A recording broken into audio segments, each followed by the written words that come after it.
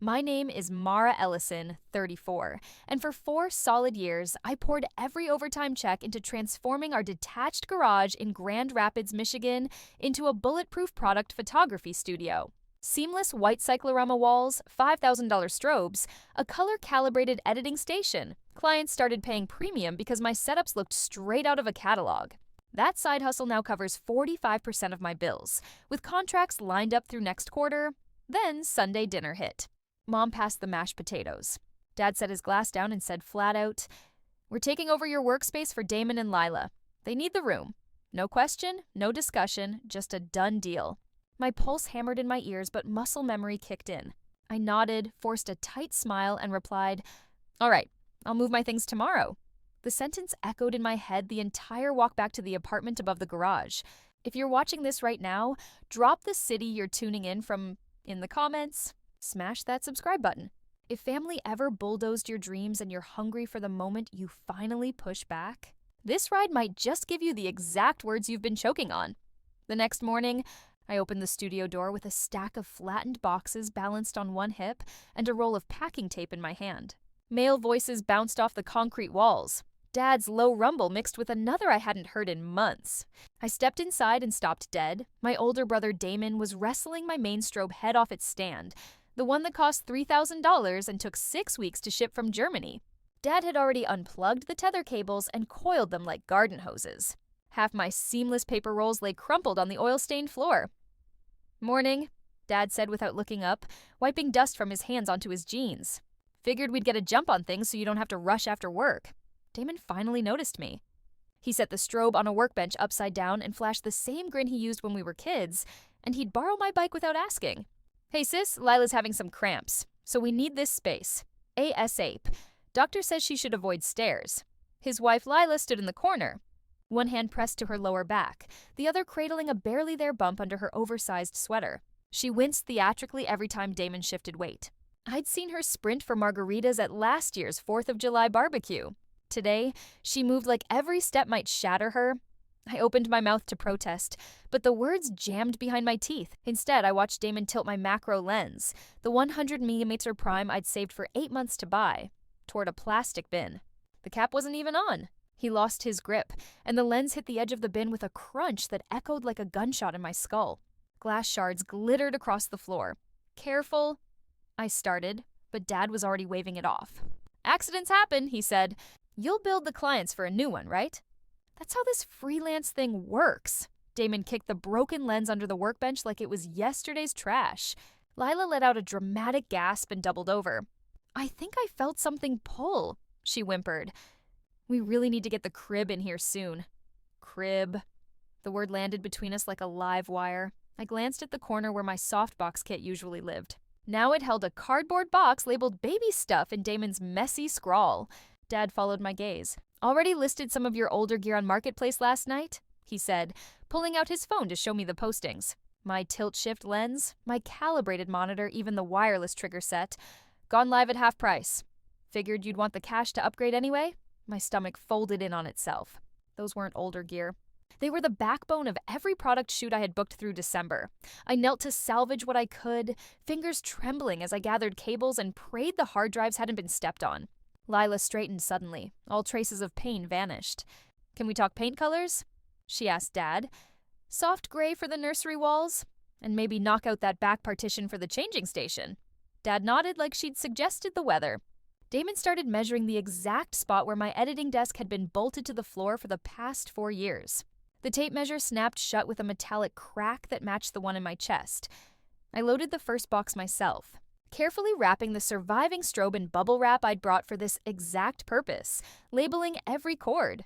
Dad and Damon kept working around me, discussing outlet placement for a rocking chair glider, occasionally nudging my gear aside with their boots. Dust from the concrete settled on my laptop sleeve. By the time the sun climbed high enough to turn the garage into a greenhouse, I'd filled my trunk and back seat with the essentials. The rest, backdrops, light modifiers, the custom pegboard I'd built, sat stacked in a corner under a tarp Dad tossed over like an afterthought. Damon clapped me on the shoulder as I locked the apartment door behind me. "You're the best, Mara. Always so flexible." Leela blew me a kiss from the doorway, already scrolling nursery Pinterest boards on her phone. I drove away with the taste of metal in my mouth, and the image of that broken lens burned behind my eyelids. The garage, that sanctuary I'd financed with night shifts and skipped vacations, was already morphing into someone else's future, while mine cracked apart in the rearview mirror. Back at the apartment above the garage, I shoved the last box through the narrow doorway and let it thud against the wall.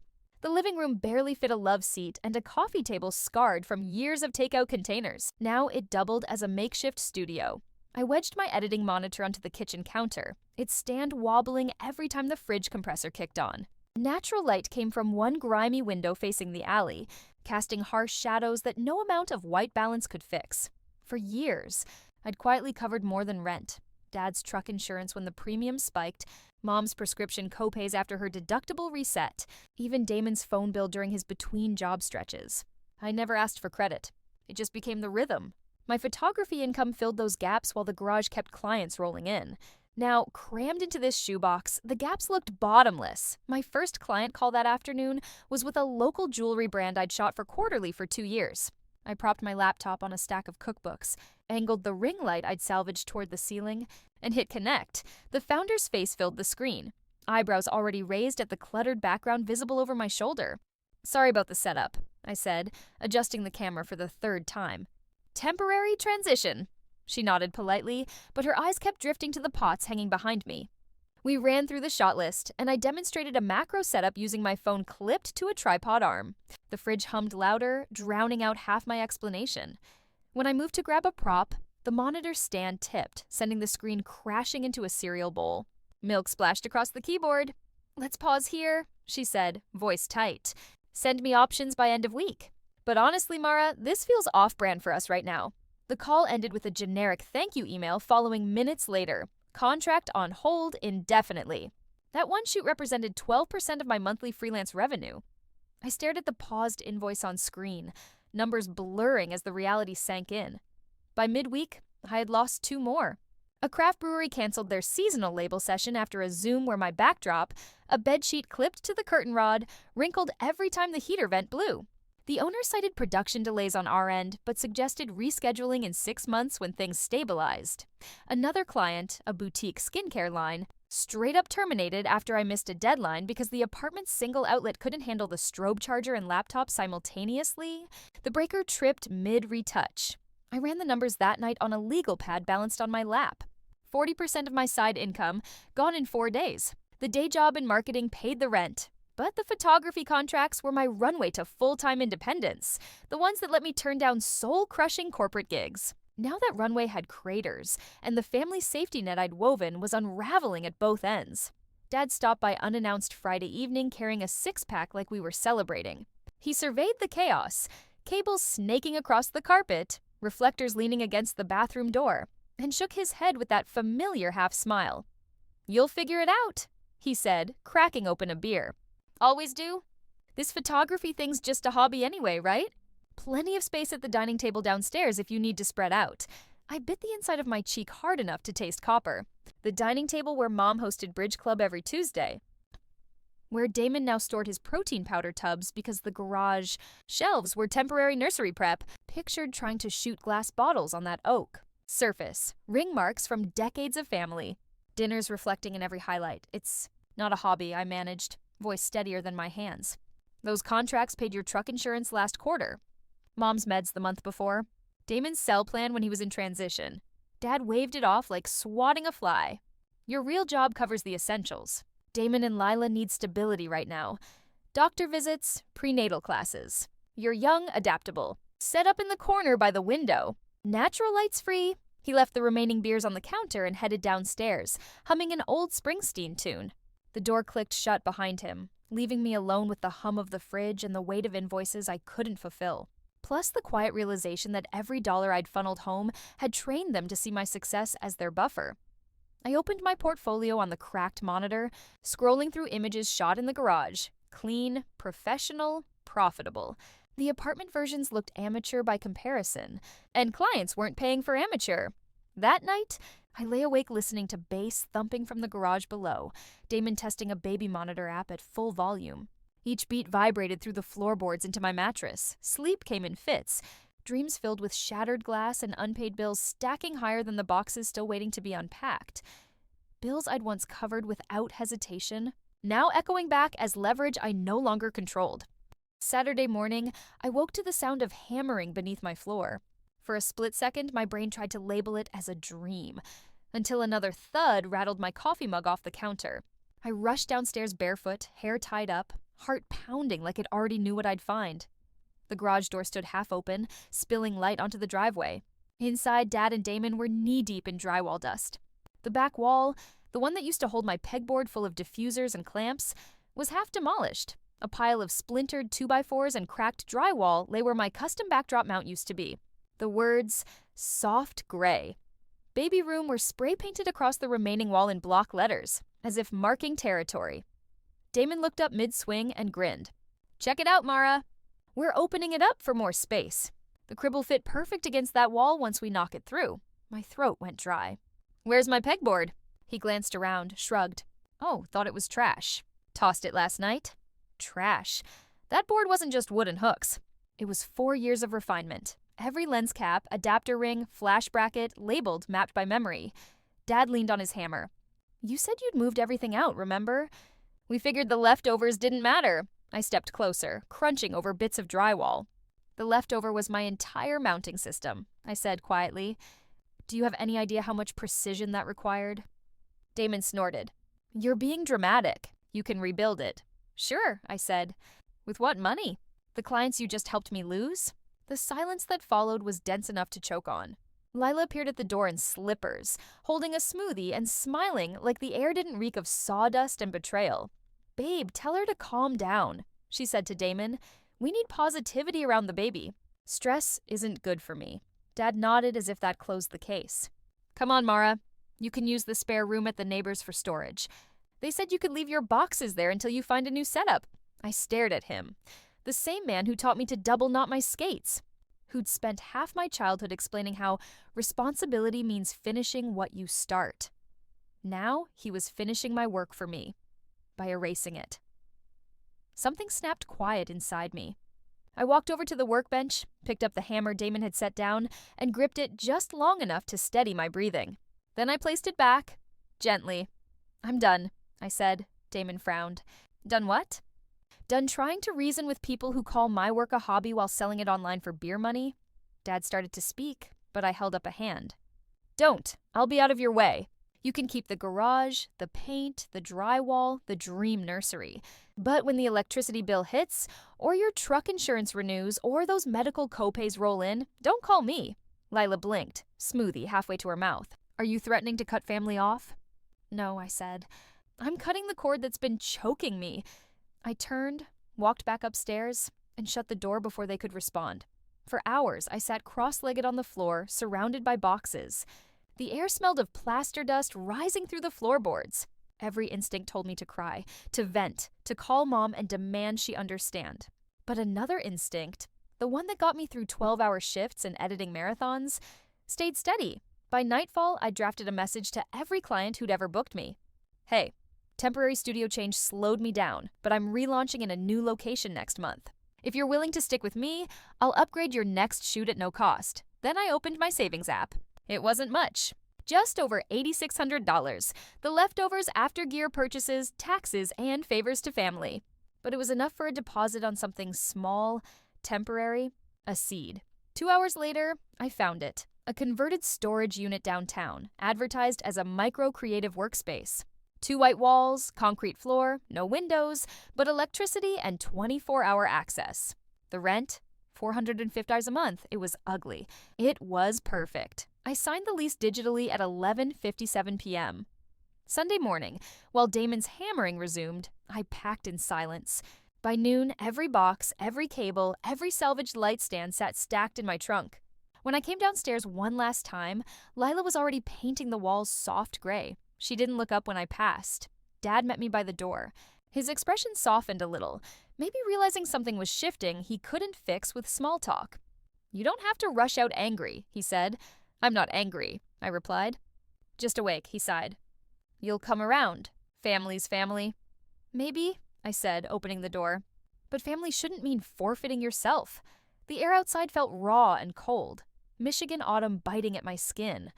For once, the garage behind me looked smaller than it ever had, like a chapter printed on cheap paper curling at the edges.